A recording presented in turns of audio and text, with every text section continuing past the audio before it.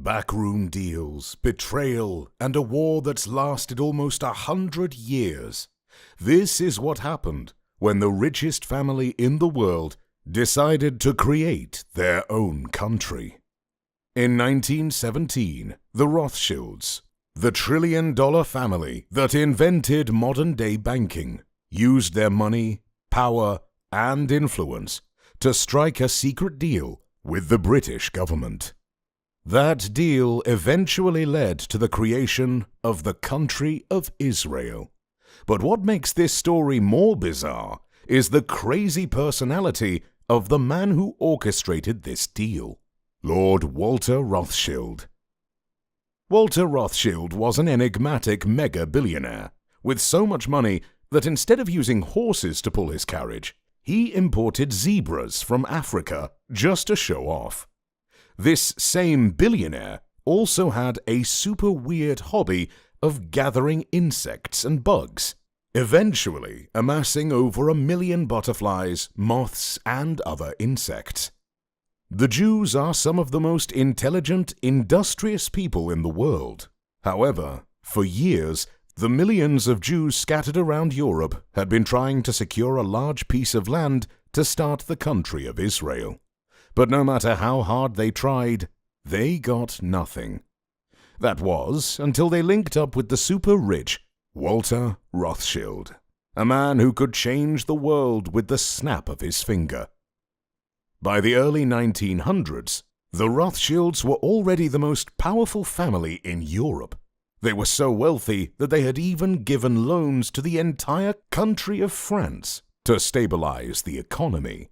However, aside from their power, the Rothschilds also had a reputation for being extremely ruthless. They wouldn't hesitate to wield their power as a weapon, to bulldoze through their enemies and crush anyone who opposed them. If the Rothschilds wanted something, they better get it, or they'd be hell to pay. Walter Rothschild made the calls he needed to make, pulled the strings he needed to pull, and in 1917 the British government sent Walter an official letter promising to do everything within their power to provide land for the creation of Israel. That letter redesigned the map of the world, and if you need proof, we have a copy of that letter. November the 2nd, 1917. Dear Lord Rothschild, I have much pleasure in conveying to you, on behalf of His Majesty's government, the following declaration of sympathy with Jewish Zionist aspirations, which has been submitted to and approved by the Cabinet. So it's possibly the most famous letter in modern Jewish history, and it begins with 3 words: Dear Lord Rothschild. Why was it that this letter was sent? That letter, nicknamed the Balfour Declaration, is proof that it was the Rothschild family that created Israel. But there's even more evidence. In this interview, the head of the Rothschild family proudly explains how his ancestors created Israel. The interviewer begins by asking the question that was on everyone's mind. Was sent by the Foreign Secretary to your great-uncle Walter? It's an interesting question because he was really interested in ornithology. The reason is obvious, because it was the Rothschilds' money, power, and influence that made the British government fall in line. Years later, Britain kept their promise to the Rothschilds and provided a large piece of land to start Israel. And in May 1948, the State of Israel was officially created. Although this was good news, the Rothschilds were just getting started. What the Rothschilds did next was even more impressive. They invested millions of dollars into Israel, building schools, roads, and everything needed to turn that piece of land into a beautiful country. James Rothschild single-handedly paid for Israel's Congress building, while Dorothy D. Rothschild paid for Israel's Supreme Court building. However, the more money the Rothschilds spent, the more problems they created. Why? Because the land the British gave to Israel actually belonged to another group of people, called the Palestinians. And that land dispute sparked the series of conflicts between Israelis and Palestinians that's gone on for decades. But we're not here to talk about the war. We're talking about power, specifically the power of the Rothschild dynasty. Whatever you've heard about how powerful the Rothschilds are is nothing compared to the true scale of their influence. YouTube has dozens of videos about the Rothschilds, but this one is different. Because instead of merely talking about the Rothschilds, we'll sift through centuries of history to reveal 5 times the Rothschild family used money, violence, and power to reshape reality and mold the world in their own image. Starting with the time when the Rothschilds invented the banking industry that we have today. And the way they did it is more brutal than you can imagine. The Rothschilds didn't get into banking because they wanted to make the world a better place. They did it because they wanted power. And this thirst for power started in 1744 with Mayer Amschel Rothschild. From a young age, Mayer lived by the code that money is power. But even though he needed money to get power, Mayer was born to a middle-income family living in the ghettos of Frankfurt. However, Mayer had a plan to go from rags to riches. As a young man, he began a money-lending business. He started with a small amount and gradually grew his capital. Though this sounds pretty straightforward, the big problem with money lending is that people sometimes don't pay back what they borrow. But Mayer was a hard man, and he did whatever was necessary to get his loans paid with interest. Even from a young age, he developed a reputation as someone you shouldn't mess with. Mayer also maneuvered himself to become the personal banker of members of the German royal family. Over time, Mayer's small money lending and exchange business ballooned into a successful financial institution. But despite all his success, Mayer knew that there was one enemy that could destroy everything he had built. And that enemy was time. As Mayer grew old, he taught his financial skills to his 5 sons. More importantly, he also taught them that success isn't only based on their ability to manage money, but also to manipulate people and situations to their advantage. The game of money is deadly, and Mayer taught his sons to be more brutal than anyone they faced.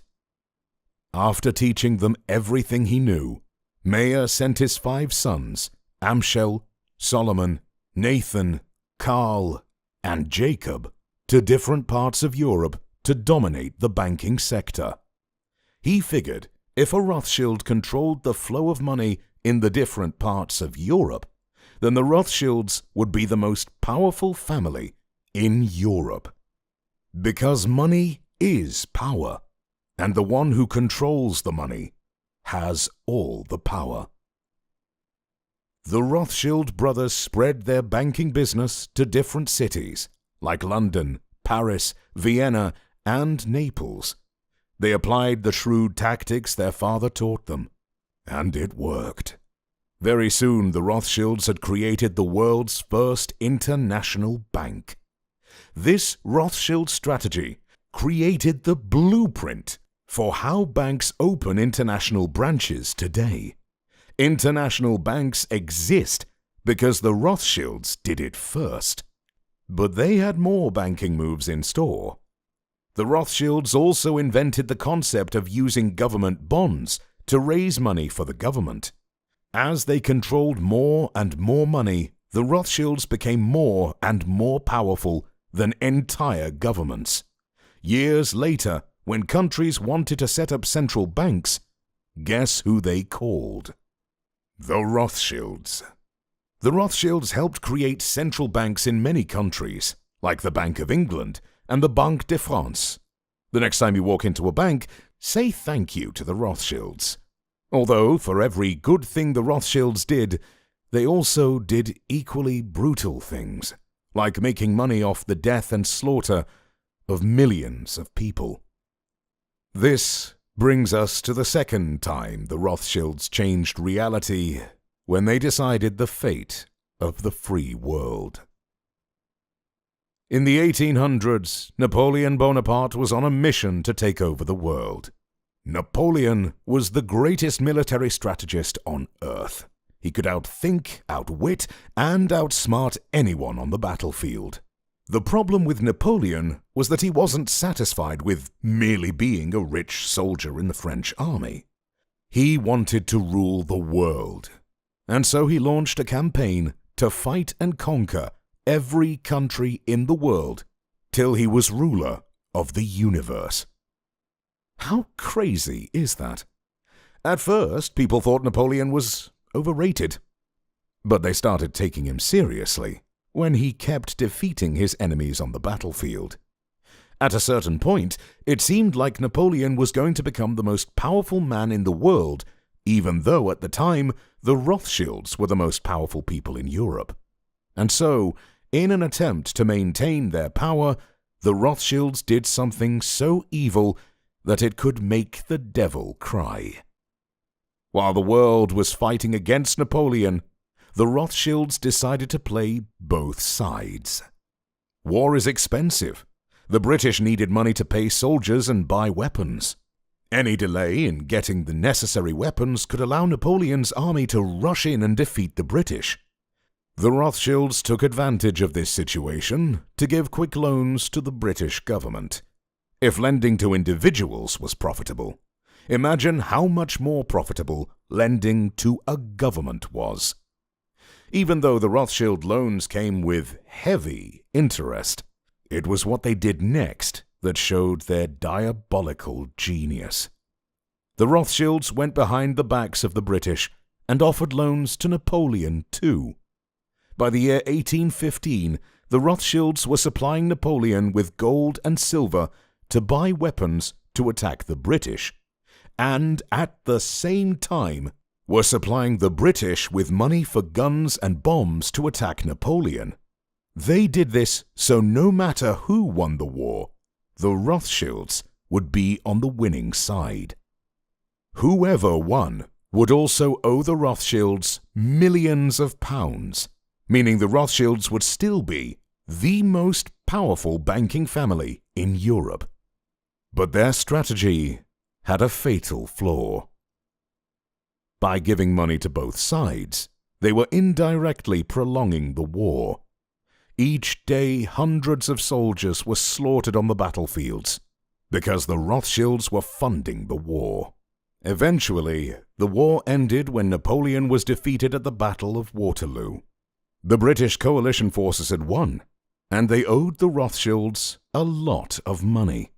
At the end of the war, the Rothschilds were even more powerful.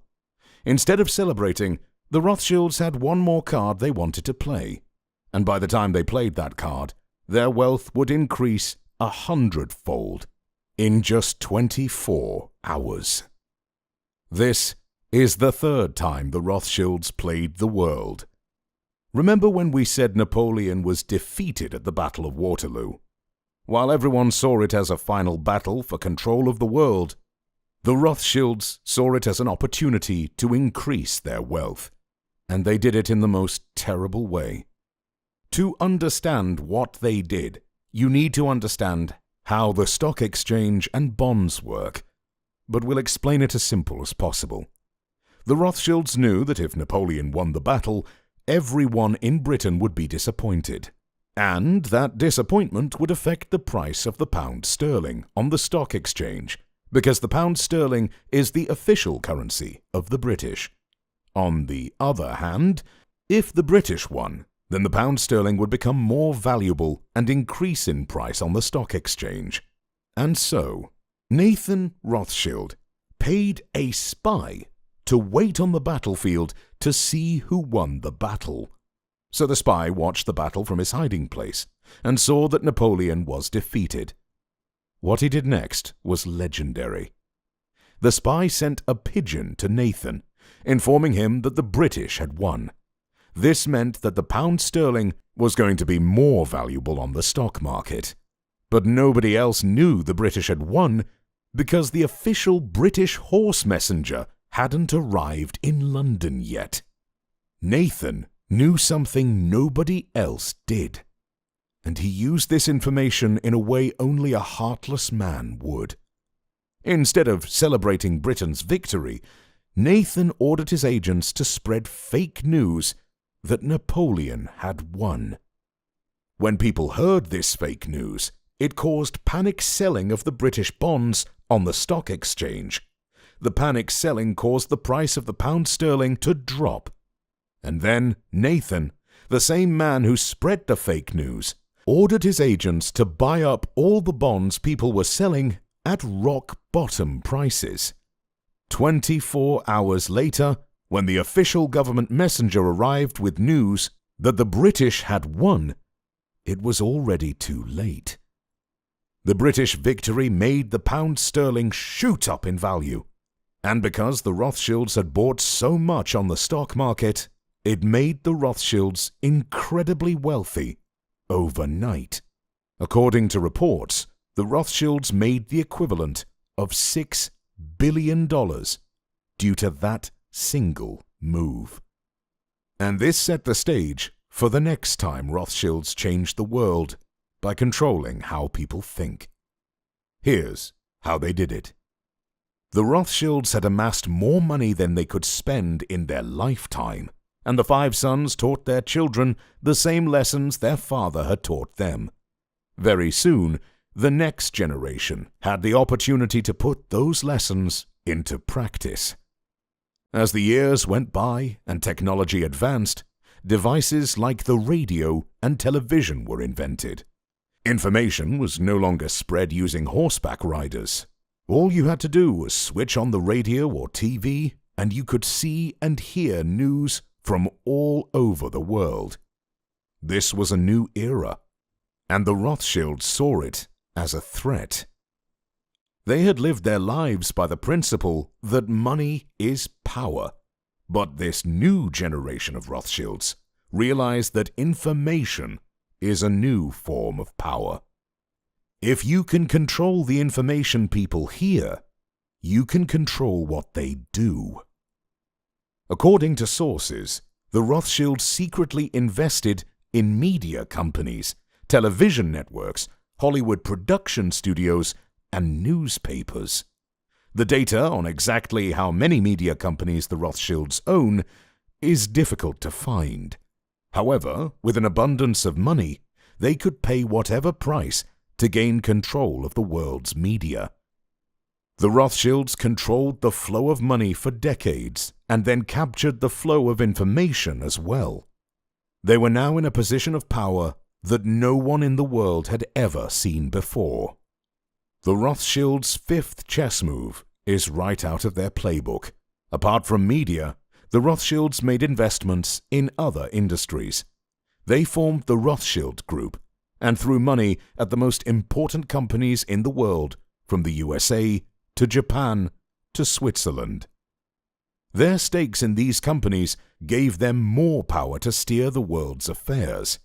If they wanted to, they could influence the price of items and control the demand and supply of products and services. No one exactly knows how much the Rothschilds actually have because they've become extremely private. Although estimates say the Rothschilds own assets worth $1 trillion or more. Whatever the exact amount, the Rothschilds are definitely sitting on the largest pile of wealth in history. The Rothschilds are the ultimate rags to riches story. They are living proof that money is power, and that with enough power, you can rule the world.